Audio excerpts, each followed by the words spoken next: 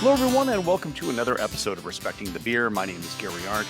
With me back on the show are the good doctors, Allison and Bobby Fleshman, who are both in competition to become the next doctor on BBC. So, Rock on. They're getting a real doctor to be the doctor. Oh, my They're God. taking a new step. And the man who used to be, what was your title? The taproom manager? Yes. Yeah, sure, and let's all call it things. that. Yeah.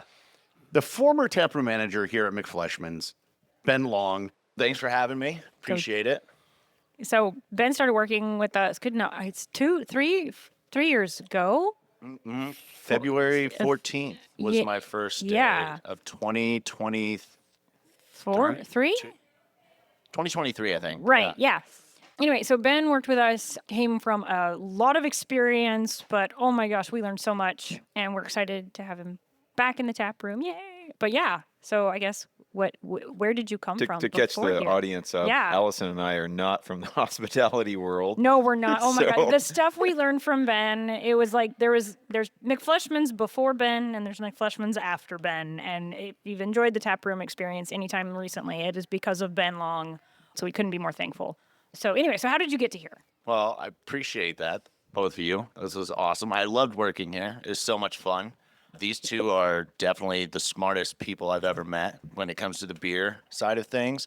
And I feel like I was just in the right moment looking for a quote-unquote fun job, something that would give me the freedom to experiment with what I've learned in my industry.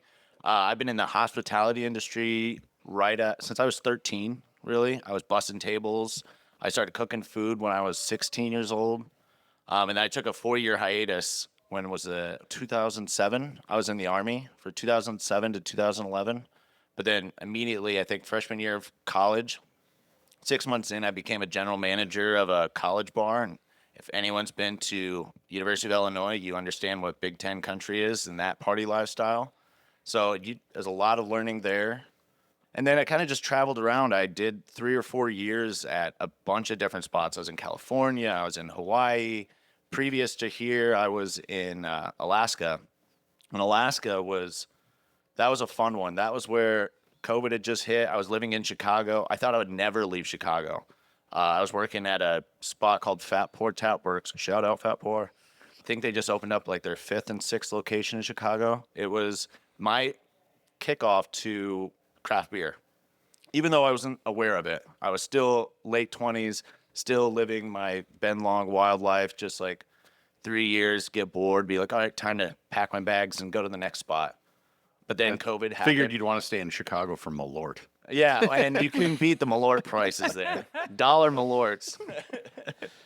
And I did bring a bottle of Malort to McFleshman's behind the bar for some of the pub clubbers. Happened to order one today from a distributor And the penalty to replace it. that's the penalty for dropping dice on the floor between our pub club. Is that right? Yeah. They have to do a shot of that. Yeah. Yep. So at least once a week, there'll be a couple yelling people, and you're like, what's going on? It's just like, give me some Malort. It's like, oh, that's dangerous. Right Oh, now, that's as we're speaking, the Mensa National Gathering is being held in Chicago. And I'm on like their group because I'm a member. And all these people are like, where can we find Malort? I'm like, these people are supposed to be smart. Why are you doing this? Talk about a brand who's leaned into that. just medicine. Yeah. They're not about. And for I have those yet of to have you the who don't know pleasure. what it is and are listening, it's awful. And it's the reason why all the sport teams in Chicago suck. No, it's debatable. Cubs are in first place this year, baby. We're rocking and rolling. They're the Cubs. It's true. They win It's true. a championship once a century. I don't think that's... That's better record than some. It's true. Milwaukee's still looking. The Pope is probably going to be using Malort for communion. So you were to in connect Alaska. with a new base. Go back to Alaska. So, I leave Chicago and I go to Alaska. I end up in Fairbanks, Alaska, and I started working as an assistant general manager. At this point, like, I had left Chicago and I'd been a GM or an AGM in those roles for 7 years, probably, give or take. And so when I got to Alaska, I got into a sports bar. I had 40, it was a sports bar, but craft bar as well. They had 40 taps, and all 40 were only Alaskan beers. So you had to be an Alaska brewery just to be on tap there. I don't think I've ever asked you this. Why Fairbanks? Because that's the end of the road. The end, it's, man. Pretty literally. Yeah, it's actually really funny. I love just adventures and I love doing new things. So I went in on Indeed. I was at my sister's right at the pandemic hit. I helped her out in Georgia. And then while I'm there for a couple months, I'm like applying to the states with the least restrictions. Being in the hospitality industry, Chicago was shut down. I was like, all right. So I went Florida, Houston, Texas, and Fairbanks, Alaska. But it wasn't Fairbanks, it was more or less just Alaska in general. I just jump on Indeed and I type in general manager bar or sports bar, something like that. And this job popped up. And in my head, I'm just like sitting there for probably a week. I send in my application because I send in 10 applications a day, just like everybody else looking for a job. And as they're one of the first ones to respond, and I'm thinking, where is Fairbanks, Alaska? Like, I had no idea. I was like, oh, it's in Alaska. Is it above the circle, the Arctic Circle? Not quite. Not Okay, quite. yeah. But it is the farthest But northern close city. enough. Yeah. I mean, Yeah, if it's you're right there. if you have to ask that 23 question, hour you're pretty damn days, far yeah. north. 2 hours, an hour and a half, give or take, from Denali State Park. So it's like and it's in a crater. So in Fairbanks, you could drive up 2 miles just up the mountain, and it's probably 20 degrees warmer than during the winter, where for 6 months, minus 20 to minus 30 is your high. I had a friend from college who was from Fairbanks, and he said that they would leave their cars run overnight. Yep. Yeah. If you didn't have a plug-in to keep your battery Yeah. and your Warm. oil Yep. warm, Yep. you 100%. I couldn't count the times that I forgot to leave the car running or to plug it in. And then you go outside and you're like, well, I got a dead battery. And luckily, like, you're so far north, it's kind of like when I lived in Hawaii. It's Hawaiian time. It's Alaskan time. People are just like, well, as long as you show it to work, you're here. Because we can't really ask or depend on anybody else because Yeah. you're in the ice sheets. But yeah, up there, I mean, I dove straight in, worked full time. Let's go back.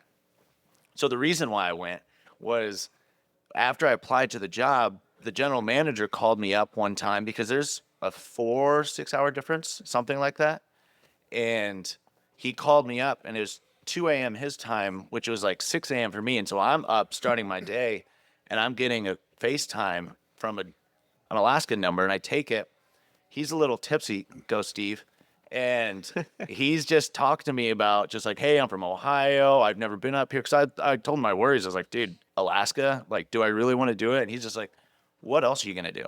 He's like, everything's closed. Like, this is the adventure. And he was similar to my age. And I was like, all right, you know what? If my boss is going to drunk call me at 2 a.m., I think this is going to be fun to work for a guy and get paid to live in Alaska. And that's essentially the reason why I chose to go to Alaska. To connect my previous life with, so I was a scientist, an astronomer, astrophysicist. Aurora was my thing. A lot of aurora, right, in Fairbanks. Also known yeah. as the Northern Lights. Yeah, Yep. Northern Lights. The Aurora Borealis, Northern Yeah. Lights. The university there is the one that does the online weather for Yep. auroras. Yep. And I have colleagues that work there. Yeah. Alaska, beautiful. So during the winter, from September 1st, I would say, until probably April 1st, you would get to see the Aurora Borealis 4 days a week minimum. If my if gosh. it was clear, I mean, the photos on my phone, I'm talking translucent colors you'll never see in this world. It makes you think of a higher power. Wow. So what brought you back? Oh man, what brought me back? So, being in Alaska, I worked as the AGM for like 6 months, and within that 6 months, the owner of the tavern that I was working for, he also owned this dispensary that needed a kitchen. So this is kind of where I jumped in, and I saw an opportunity. I was like, well, I can work for myself and make the same amount of money, not knowing that being an owner operator is a lot tougher. And so I respect Allison and Bobby a lot because it is HE double hockey sticks. Right. I feel seen. Yeah, it is. Everything and anything you think you have a day off, and that doesn't exist. It never does. Even on your days off, you are on your phone. It's a doing child something. that never grows up. It's Yes. 100%. A Always in nursing the crib. infant that will not wean. Yeah. So I did that for 2 years, and then it was coming up on my lease / the laws in Alaska were changing. So I came to visit my brother James. He lived in Kakana, just a town 15 minutes from here. I came visit him in November and realized that Appleton is very much like Fairbanks, except there are a lot more bars and everyone loves old fashions. And I did not know what that was. And so I was just like, well, this would be fun. It'd be new. Plus, all the rules had started, people started opening up again. The pandemic was kind of getting controlled. And I saw an opportunity to sell my company and move back down here. Wait, did you skip over your menu? Because that's important to this Oh. story. Well, my You menu, opened next to it with a dispensary. yeah, So, I opened a kitchen inside a dispensary, and so this was the first smoking bar inside a dispensary in the nation. So I mean, it took them probably 3 or 4 years to get all the permits, and I opened up. It's called the Cheesehead Joint. I am a Packers fan, even though I'm from Illinois, and so when I was there, I was like, well, I know the Green Bay Packers would never find me up here. So I'm going to call it the Cheesehead Joint and think that worst comes worst, if I get sued, that's going to be awesome. That's not a Yeah, trademark right. term. Yeah. Well, I assume so. No. Yeah. It is the Packers. You don't know, like it's I could see a season assist happening. yeah. they Yeah. have Even Packers generically is you can use, but Green Bay Packers you can't. Ah. Oh, so if you just did Cheesehead, Yeah, Cheesehead's fine. They don't have So- any See, sort of... I text Gary about this, and he did not respond. He's very so. Gary's so confident though. He can get right to the edge. Yeah. Of what's Cheeseheads are just a allowed. name that, Yeah. that fans gave themselves. There's no... Yeah. proprietary. No, Pirate. yeah, But nothing. what else did you Pirates. make? What else did you make? But I did loaded mac and cheeses, loaded grilled cheese, loaded tater tots, and then cereal milkshakes. We did 4 things. That's the punchline. Yeah, cereal milkshakes. it was so much fun. But we Having made a it. kitchen at a dispensary is like shooting fish in a barrel. Yeah, 100%. Like, Make That's it quick, built-in demand. easy, and heavy portions. Yeah. Oh, yeah. Can you like Cheeto sprinkles on these? Oh yeah, on these Cool milkshakes? Ranch, Doritos, and Cheetos, and chili cheese Fritos. You'd granulate them, and those would be your toppings. Oh, my You could God. add So to it. Yeah. Jump ahead to McFleshman. So I don't actually remember when you were hired because I wasn't part of the interview. I don't think because we met later. You'd already Yep. been hired when I met you. But we were looking for a taproom manager, and good God, I mean, the amount of experience you had.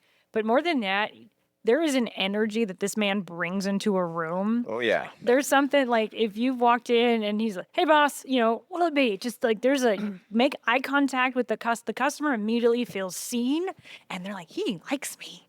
It's amazing. There's a chemistry there. But he remembers names, which I Yes. can't. He remembers details, which I often can't. And So wait. that goes with it. Yeah. So we asked Ben, okay, I said, so you and our business manager at the time was like, okay, we've got this guy. He's going to like dominate the tap room and figure out how to make that sustainable. Because the hard part is that in the brewing industry, we have the beer production and taproom sales it becomes more of an event space. It's like the taproom sales really carry the beer or carry the business. And Well, so because everything's about getting people in the front door. right. So all of our distribution, so you can go to the grocery stores and you can get our 6-packs there at the grocery store, but that actually doesn't really help the business grow. No, yeah, I mean profit margins. Yeah. Profit margins are Tap so small, but the tap room, that's where, so the goal is to get folks in the door to this tap room. And so not only is it like we put all this effort into building the building, but then we were like, wait, we need to invest in the people who know how to run it. And that's where Ben comes in. Yeah, so that was a fun one. So when I moved here, I actually took a job and I was the general manager of Buffalo Wild Wings. And so I was doing that for 3 months while also I started a business with my sister-in-law, and that was a meal prep business. So we were doing kind of both of those for 4 or 5 months. Then we hit a point where my business was doing well enough. I was like, all right, I can't do the standards by Buffalo Wild Wings. I was like, I don't want to give them my all. And I went on Indeed again and just typed in manager, and I saw this and I was like, they don't do tips. I was like, $20 an hour. I was like, I could do this. And they're looking for like a bar manager. So somebody be more front of house. I was at the point where, like, again, helping run my own business in the meal prep. I'm just like, I can't be an owner again. It'd be fun if somebody is smart enough to make a good product and me just try to sell it. And then during the interview, Bobby, the first thing he said was like, ooh, I need a beer. Do you need a beer? And I was like, holy shoot, they're going to let me drink during this interview? And I was like, all right, I think I'm sold immediately. This is going to be fun. And they're just like, so what's your favorite beer? And in my head, I'm like, I've pretty much only drink IPAs. And at that time, it was Space Dust, which Oh, I yeah. know isn't like, I have never heard of this. oh, Elysium. It's a great brewing Yeah. company. Is out it of a Tacoma. hazy? Yeah. So Zombie Dust is Three Floyds. Three Floyds, Space yeah. Dust. Space Oh, Dust so is this Elysium is not. from I thought Tacoma. this is not a McFleshman's. No, no. Got it. Oh no, my first beer here was 547. Let's be real. Wouldn't it be great if the bell rang right now? Yeah. Bobby was like, "Oh, you like IPAs? Well, here, let's introduce you, You to gave this." him an 8% beer on his interview. Yeah. Yeah. Yeah. Well, the sign said 8.4, so I mean, Closest thing to a lie detector you can legally do. yeah. pretty much. I Truth finished serum. that one Yeah. down, and I was like, "Well, you know what? Let's just be honest, right, guys? Let's be friends." Okay, so you have all this experience. You've done sports bar stuff like that. This is not a sports bar. No. So what did you have to do here that was unique to this place and different from all the other places that you've worked? Yeah. So pub club membership. So that was like the great thing about this place was every Monday, no matter what, give or take, we'll do it Tuesday if we're busy, but we have a staff meeting, a manager meeting, quote unquote, right on there to talk about goals, what we're expecting, what we're trying to do, how to build the business. It's there to float ideas, stupid ones or good ones. It doesn't really matter. Ideas are ideas. And the big thing is people need gimmicks to be at a place. And this place was the first time that I actually was able to really go into the imagination station, which is my brain. And everybody knows me, Conspiracy Ben. There's a lot up there. We'll do a flat Earth after this. Yeah. Flat Earth episode. Well, just look at the maps. Anyway, so this place was like the pub club membership was the big one, where they explained the pub club membership to me. And they showed me the wall. They showed me the awards, and I was very enthralled, enthused. I was like, holy moly, dude, what? And then we started looking at the data, and that was probably 2 weeks in where we were just like, all right, well, let's look how much the pub club are here and times that by what they're using, what they're utilizing. And we're just like, wow. So we really should invest more into the pub club. Like, they're the ones who keep us open during the cold months. During the summer, I mean, we have the largest beer garden in Appleton. It's the most beautiful beer garden. Like, you have your hops growing out there. It's like a German hop meets Appleton, Wisconsin-esque. And the people, the beer and the product was everything and anything. So for us, like, how do you capitalize on the pub club membership? And this was us. We enhanced all of the rewards. And then for myself, I lived blocks away. I lived 4 blocks away, I think. And so I would spend every day here no matter what. And so the pub, and being somebody new, I didn't have friends. So the pub club became my friends I because still they're don't here. have friends. Gary, we're friends, man. We sometimes text. What's my middle name? Our friends. I can't say that on the podcast, dude. It's like asking about your social. I'm not going to give it out. So one of the things that Ben told me years ago, and it just really stuck with me, and now I like use it to, like, if an idea comes my way, he's like, people just want shit to do. And I'm like, whoa. There was like this mind blown moment of like, people just want something to do. And so now, like right now, we have printed out 547 black and white coloring pages with crayons on the tables from our 547 And day adults do it last more week. than the kids. And adults are loving it. And so I asked Matt, our beer tender, I was like, hey, are people still using the crayons? He's like, yes, there's at least one turned in every day. And people just want stuff to do. People want stuff to do. And so that was like, we enhanced the table games. So I was allowed to essentially buy like 1 table game a month. That's kind of the budget I gave myself. So I mean, realistically, I probably bought 5 the first time. And then Allison's like, hey, what are you doing? Why are we spending so much? It was cool. I was Yeah. just like, hey, what's up, man? That's neat. But it totally worked. But we're not running, like you said, we're giving people stuff to do. Yeah, we because- run an event space more than or as much as we do a tap room. Yeah. We want this to Yeah. be your second home. Yeah. Essentially, without the televisions. Yes. It's like, we serve great beer and conversation. And they created the best beer. I'll tell Bobby this all the time. I think it's the top 5 brewer in the world. And it's so underrated. This beer is ridiculous. And so for me at this place, it was easy. I was just like, all right, self-fund. Self How can fun. you Oh my God, self-fund? so true. Well, and we made the stupid mistake when we first opened. I mean, this is the school of hard knocks where we were like, we have the beer, they will come. And we didn't think about like the actual How to sell it, well, market not it, only how to sell it, create but the also space. how to make it to where we're not you said before, you've been in the hospitality business since you were born practically.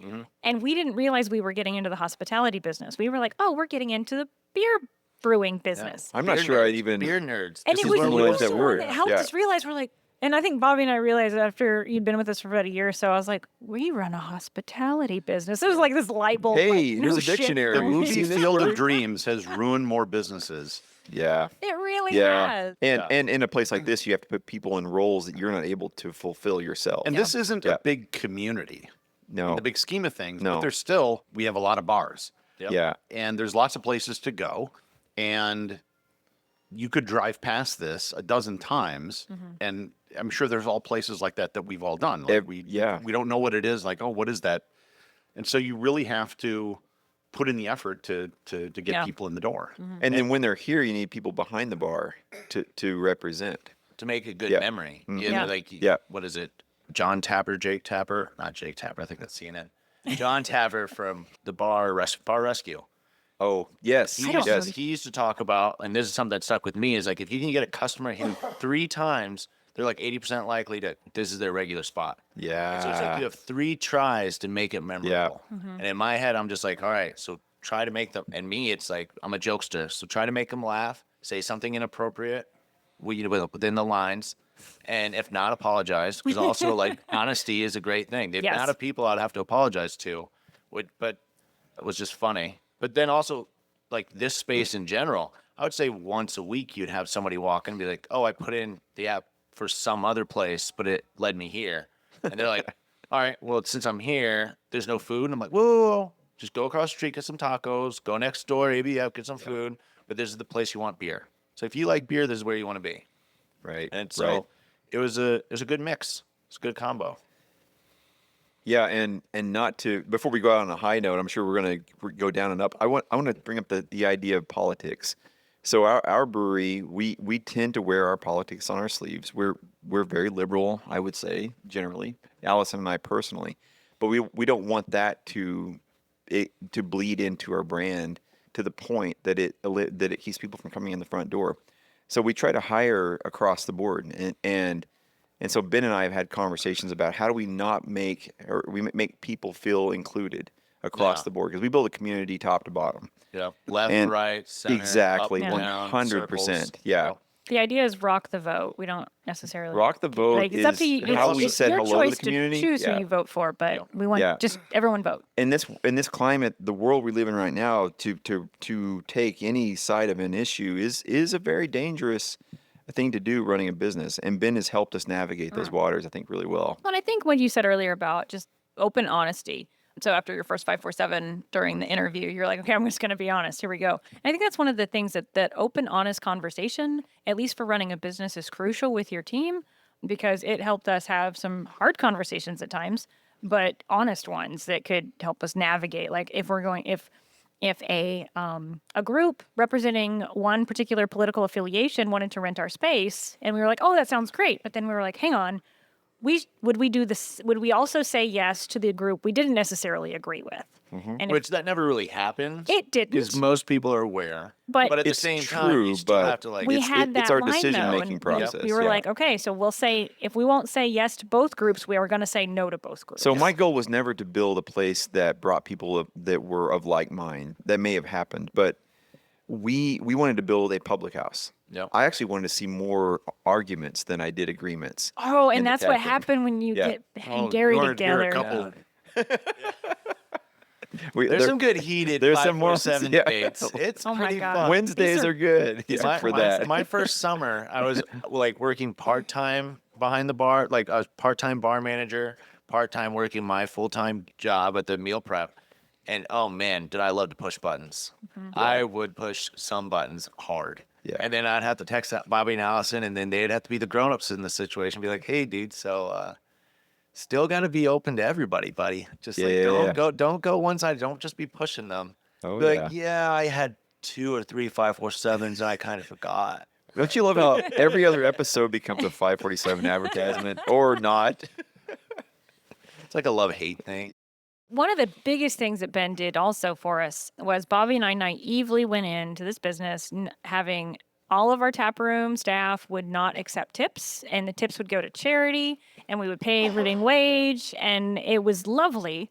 But then COVID hit, and wages, as they should, went up.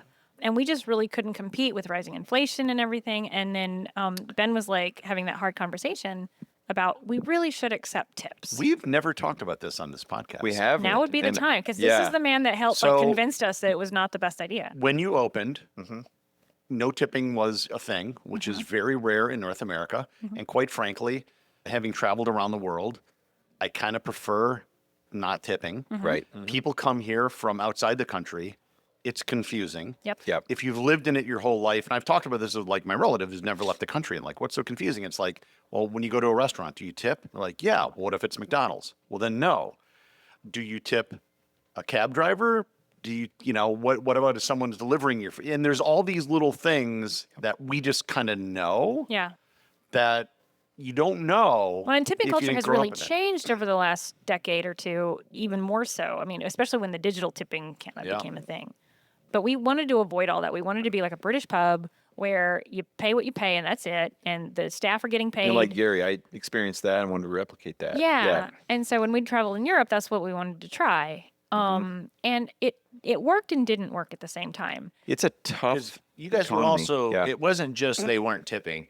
If you were behind the bar, you would get a percentage of the sales. Oh, yeah. Oh yeah, And yeah. so like, yeah. like it wasn't like we weren't ever getting tipped. It was now. I and did this not is know that. This is why I loved it here, because I was like, Yeah. oh wait, Yeah. you get tipped on your sales percentage, like Yeah. on the sales. So, I mean, these guys can attest. Bobby makes more graphs than I've ever seen in my life. And I have this. I have this shirt. the graph man. Yeah, right. The staff gave me a shirt that says "Freak in the Sheets." With a Yeah. spreadsheet. So a spreadsheet reference. Yeah. So no tips, but a percentage of sales. Yep. Why did you change? Because you even had a write up in the local newspaper. Yeah. So I put together the press release because this was so important to us, so foundational to us, so identifiable to our brand. It was no tips and bees. Those Yeah, were the it was two. no tips. Oh, you have great music and you have bees and you don't do tips. We hear all this stuff and dogs. You have Dogs, dogs. yeah, the dogs. That's our whole All brand. the things changed. so two of the three things are gone. Yeah, well, the lot dog we one, lost. we'll have that one Yeah, later. But Yeah. so in the end, there were Ben came to me and we had a conversation. He was like, "Your staff, like basically, the bartenders have to decline tips. Like, so someone wants That to was leave it, a yeah. $20 bill on the bar because of excellent service. That the fun that they Yeah. brought, people are feeling special. They're like, here's a 20. I've got a $30 tab. Here's a 20. Yeah, I And- mean, and then numerically, they're going to make more. I mean, yes, that obviously is more money, but Right. it's being able to be And rewarded for your performance. Ben told me that it wasn't that you're basically telling someone who wants to give their money, they have the right to vote with their dollar. They want to give it. And you're saying, no, we're going to decide for you. You can't do that. And I She's right about recognized that. It was the customer It was the customer. that made us decide. And at that point, I was like, oh, I get it now. Anyway, Yeah. so he the really helped customer us. was being weirded out by the situation. Yeah, and Yeah. it was so hard to just explain it in a nice way that they weren't like slightly offended. Right. Yeah, And- and full disclosure, the staff now make 25 to 30% more money than they did Oh, yeah. before. Yeah. And it's So- like there's also a minimum. So it's like if you don't Yeah. pay X amount, you're gonna make $20 an hour. You do a shitty Like, Monday shift, Yep. you're still Mm-hmm. going to make Good that money. the minimum amount. Yeah. Corollary to people not places not accepting tips outside of the U.S. If you're an American and you travel, people love you. Oh, yeah. Because most people are like, oh, here's $1 extra or something, and we're like 20%. And they're like, and their attitude changes, and I've seen it many times Whoa. when they know that you're an American, like You because get they faster know. service. Yep. They're way more friendly with you. And do they even Finland was have lit big like this whenever I went there. Yeah. do they even know how to accept money? Or they just stick it right in their pocket? How does that even work in other I countries? don't know. It's not my problem. Yeah. Excuse me. It's meant for them to deal with. I just needed a Lucy after 12 beers. But no, so I think that, I mean, when I, But, when but, I, but, but I would say that press release came out, and I was worried about it. Not a peep. Not a single well, person came out. no, a lot of people, a lot of our regulars were like, thank God, finally. Yeah. Yeah, it was the other way And around. there's- Yeah. As a pub clubbers, again, like that's the beauty about this place. It's never like a 1 or 2 person decision. It was sometimes there's going to be a quote unquote anonymous questionnaire that goes out. Oh, It's yeah. like we can tell by the answers who it is. Like 100%. There's 12 people. Yeah. And it's all the But we same. want We should be everyone- pushing more 547. It's like, okay, Jamal. Yeah, all right. Acknowledgement that we're in the United States. Yeah. And that that's was the it. social norm. That was it. And The cost of living was going up. Things weren't getting cheaper. I don't think that it was a bad idea to try. I think that it is so much about our brand, and it reflected our approach to business. But in the end, you're right. We live in America, and our customers spoke, our staff spoke, And the big yeah. difference is your staff, it's not like a lot of people who wait tables where they have to get tips. Right. Right? This is true. We And have that's something we pushed on to customers, being like, hey, if you don't want to tip like the old way, Oh, we yeah. don't need it. Yeah. And that's something I train the staff into thinking, Yeah. being like, listen, do not beg for that tip. Yeah. Because no matter what, even if 30% of people don't tip you, you're making more than what you did before. Right. And that's something with staff as a manager, it's a lot of child care. Yeah. And I'm just learning this because I'm having my first kid. Yay, we're so All the excited. daddy books, so here they come. But it's just repetitive. Like you'd have to remind staff, just like, hey, dude, like, or dudette, just remember what it was 2 years ago. I was like, we can go back to that standard, and be like, oh yeah, never mind.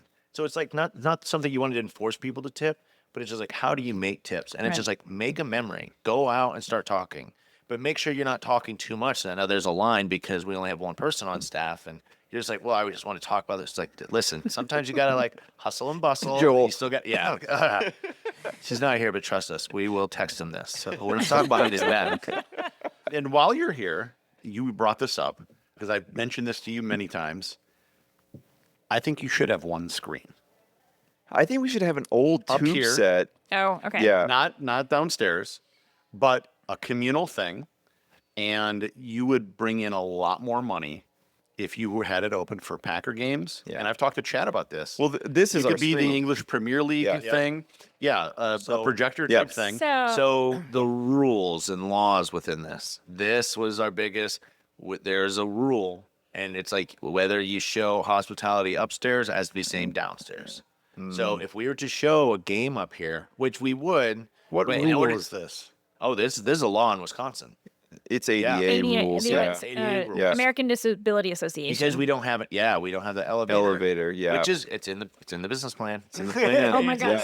gonna So be if in the alley. any of our listeners would like to have an elevator named after them, Oh, After yes. the We donation, will gold plate it. One that would- hundred and fifty but first, $50,000. follow us on Patreon and then donate more. Meanwhile, we have a forklift that goes 18 feet in Yeah, there, so that so- works.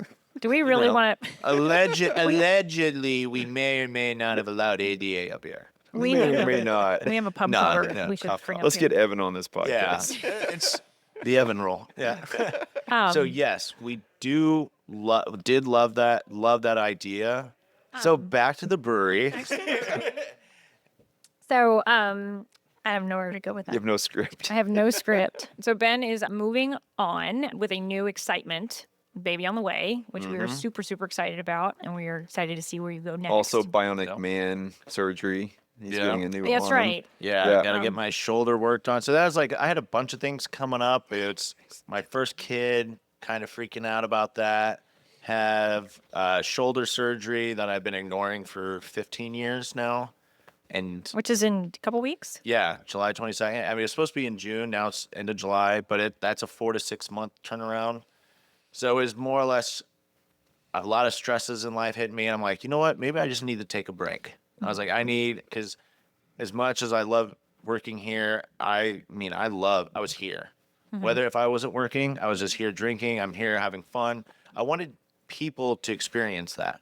Like even just now when I walked in, haven't been here. Well, I still come here twice a week just to be safe. But just some of the pub clubbers, I still just go outside and hang out. And it was like, hey, let me buy you a beer. And they're like, hey, sorry you're leaving. I'm like, listen, I have a kid coming. They're like, oh, well, we're done with that. And it was like, good luck. And it's just like, I remember the advice my dad told me when I became an adult. He said, Gary, if you ever have a kid, quit your job beforehand. Really? No, he didn't. Oh. No one ever says that.